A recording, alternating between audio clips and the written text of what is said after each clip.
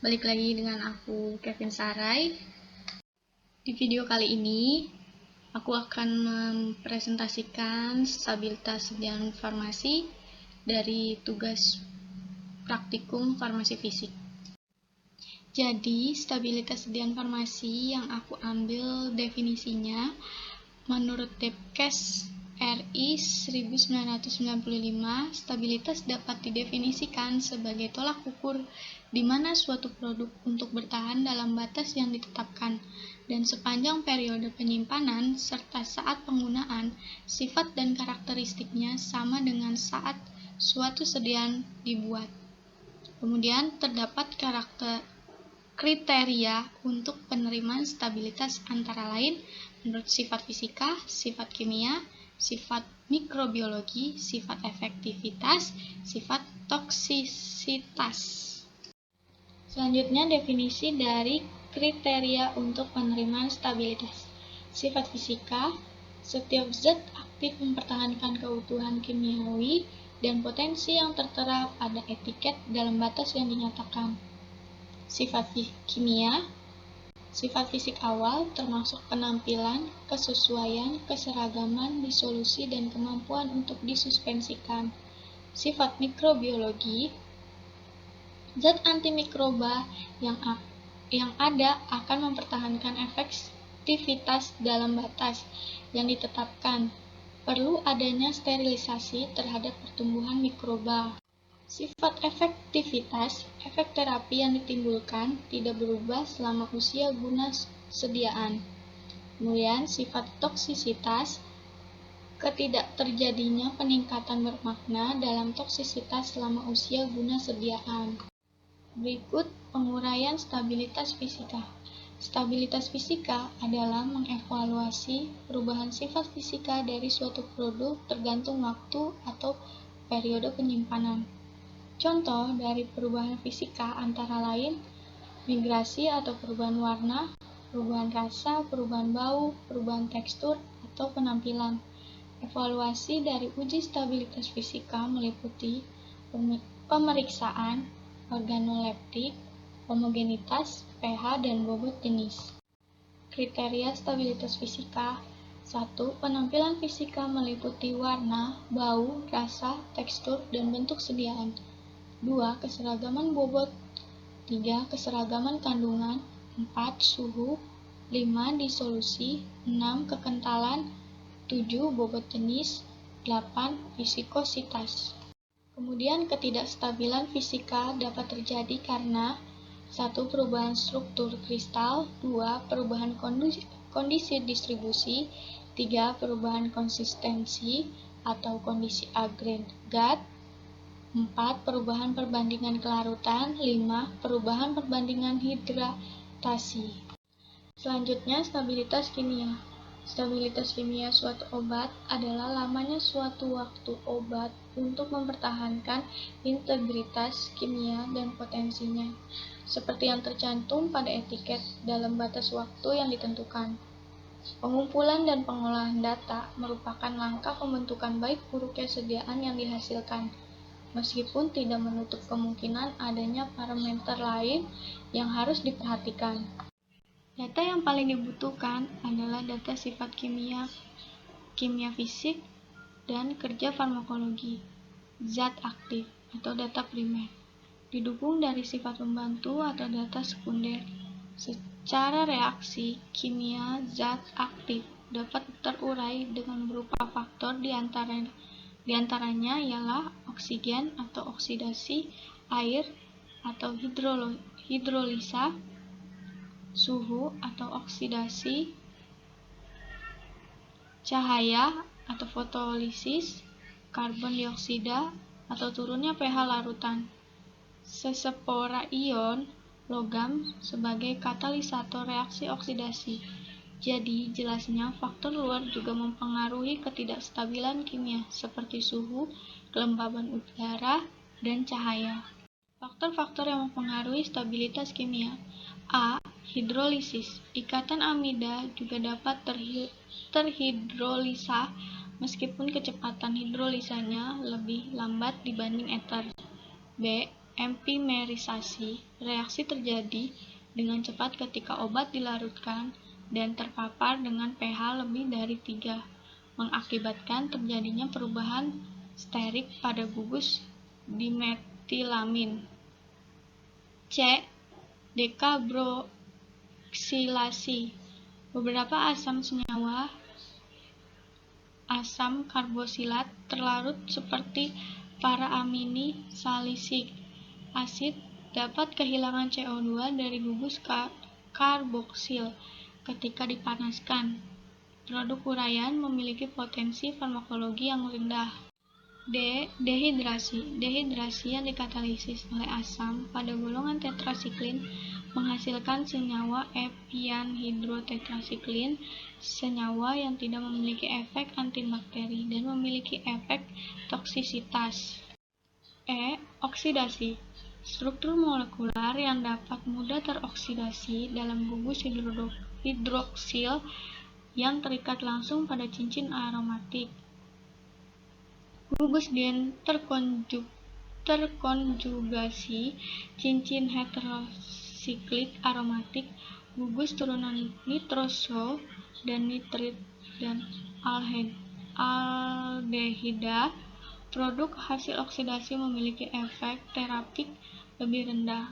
Oksidasi dapat dikatalisa oleh pH ion logam, contohnya tembaga dan besi, paparan terhadap oksigen atau UV.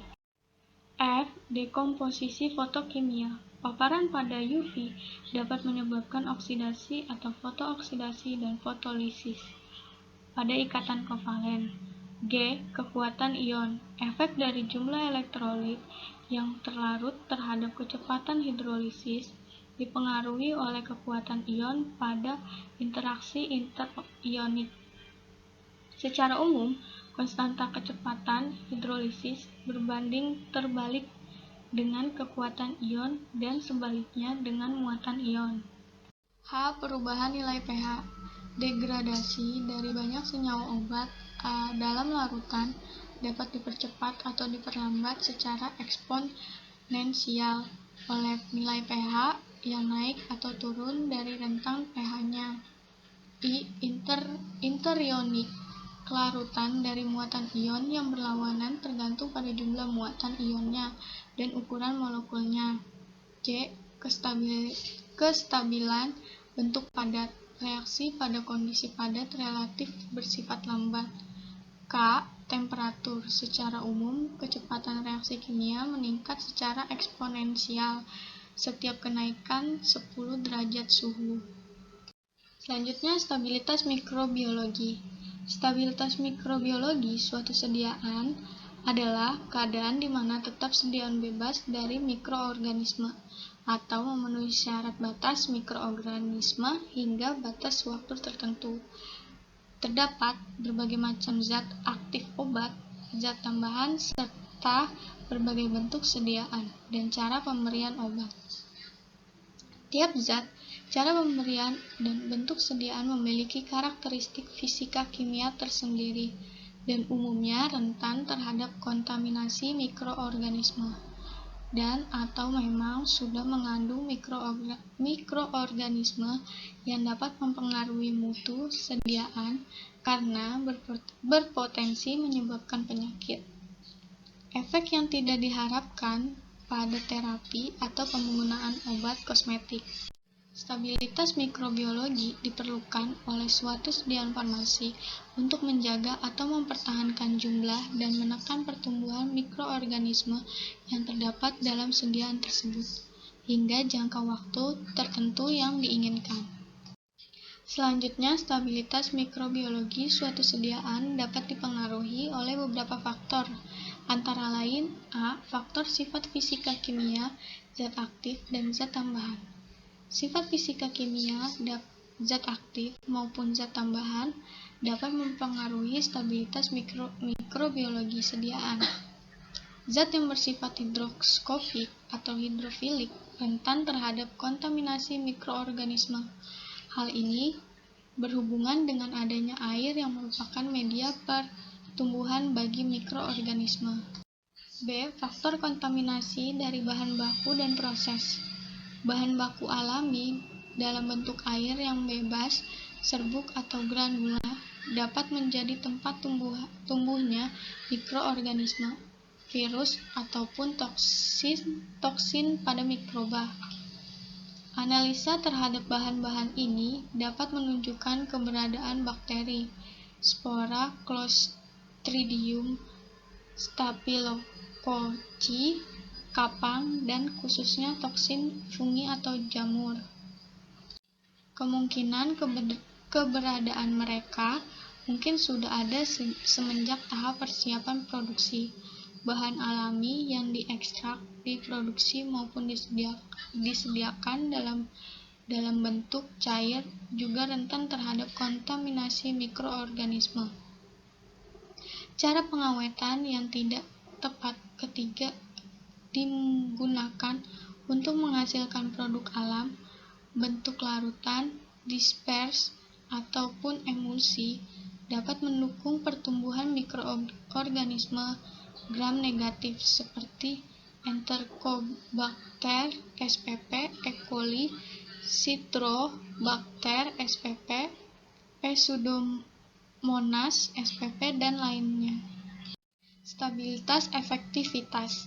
Aktivitas senyawa bioaktif disebabkan oleh interaksi antara molekul obat dengan bagian molekul dari objek biologis, yaitu reseptor spesifik. Untuk dapat berinteraksi dengan reseptor spesifik dan menimbulkan aktivitas spesifik, senyawa bioaktif harus mempunyai struktur sterik dan distribusi muatan yang spesifik pula. Dasar dari aktivitas biologis adalah proses-proses kimia yang kompleks mulai dari saat obat diberikan sampai terjadinya respon biologis.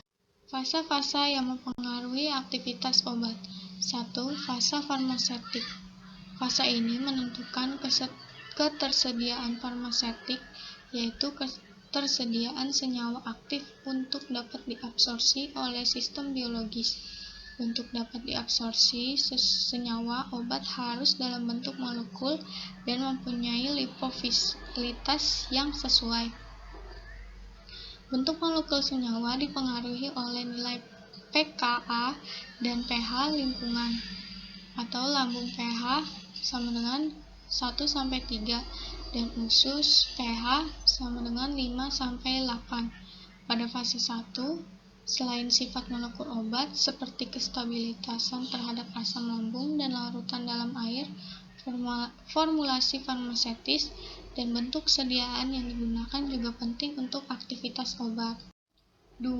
Fase farmakokinetik meliputi proses fase 2 dan fase 3. Fase 2 adalah proses absorpsi molekul obat yang menghasilkan ketersediaan biologis obat, yaitu senyawa aktif dalam cairan darah pH sama dengan 7,4 yang didistribusikan ke jaringan atau ke organ tubuh. Fase 3 adalah fase melibatkan proses distribusi metabolisme dan ekskresi obat yang menentukan kadar senyawa aktif pada kompartemen tempat reseptor berada. Fase 1, 2, dan 3 menentukan kadar obat aktif yang mencapai jaringan target. 3. Fase farmakodinamik meliputi proses fase 4 dan fase 5. Fase 4 adalah tahap interaksi molekul senyawa aktif dengan tempat aksi spesifik atau reseptor pada jaringan target yang dipengaruhi oleh ikatan kimia yang terlibat. Fase 5 adalah induksi rangsangan dengan melalui proses biokimia menyebabkan terjadinya respon biologis. Stabilitas toksisitas.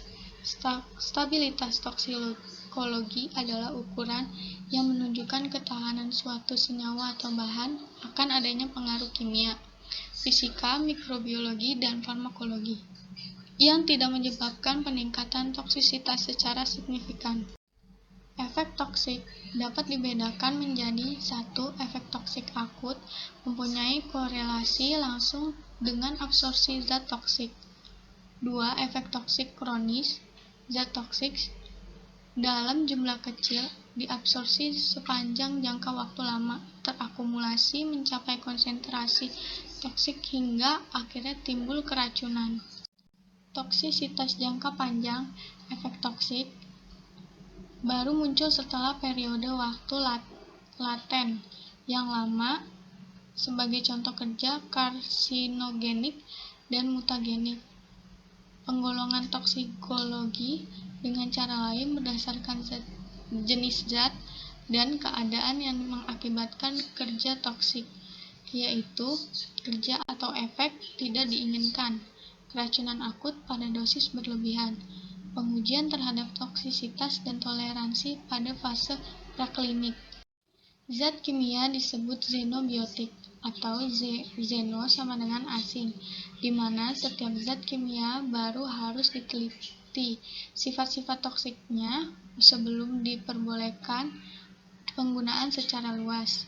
Adapun faktor-faktor yang menyebabkan toksisitas adalah 1. Dosis. Dosis menentukan apakah suatu zat kimia adalah racun. Untuk setiap zat kimia, termasuk air, dapat ditentukan dosis kecil yang tidak berefek sama sekali, atau dosis besar yang dapat menimbulkan keracunan atau kematian. 2. Faktor bahan penyusun. A. Stabilitas bahan aktif. B.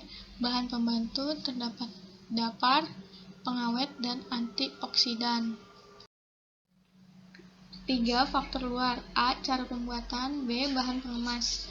Bahan pengemas dibagi menjadi 2. Pengemas primer, yaitu bahan pengemas yang langsung kontak dengan sediaan. Yang kedua, pengemas sekunder, yaitu bahan pengemas yang tidak bersentuhan langsung dengan sediaan.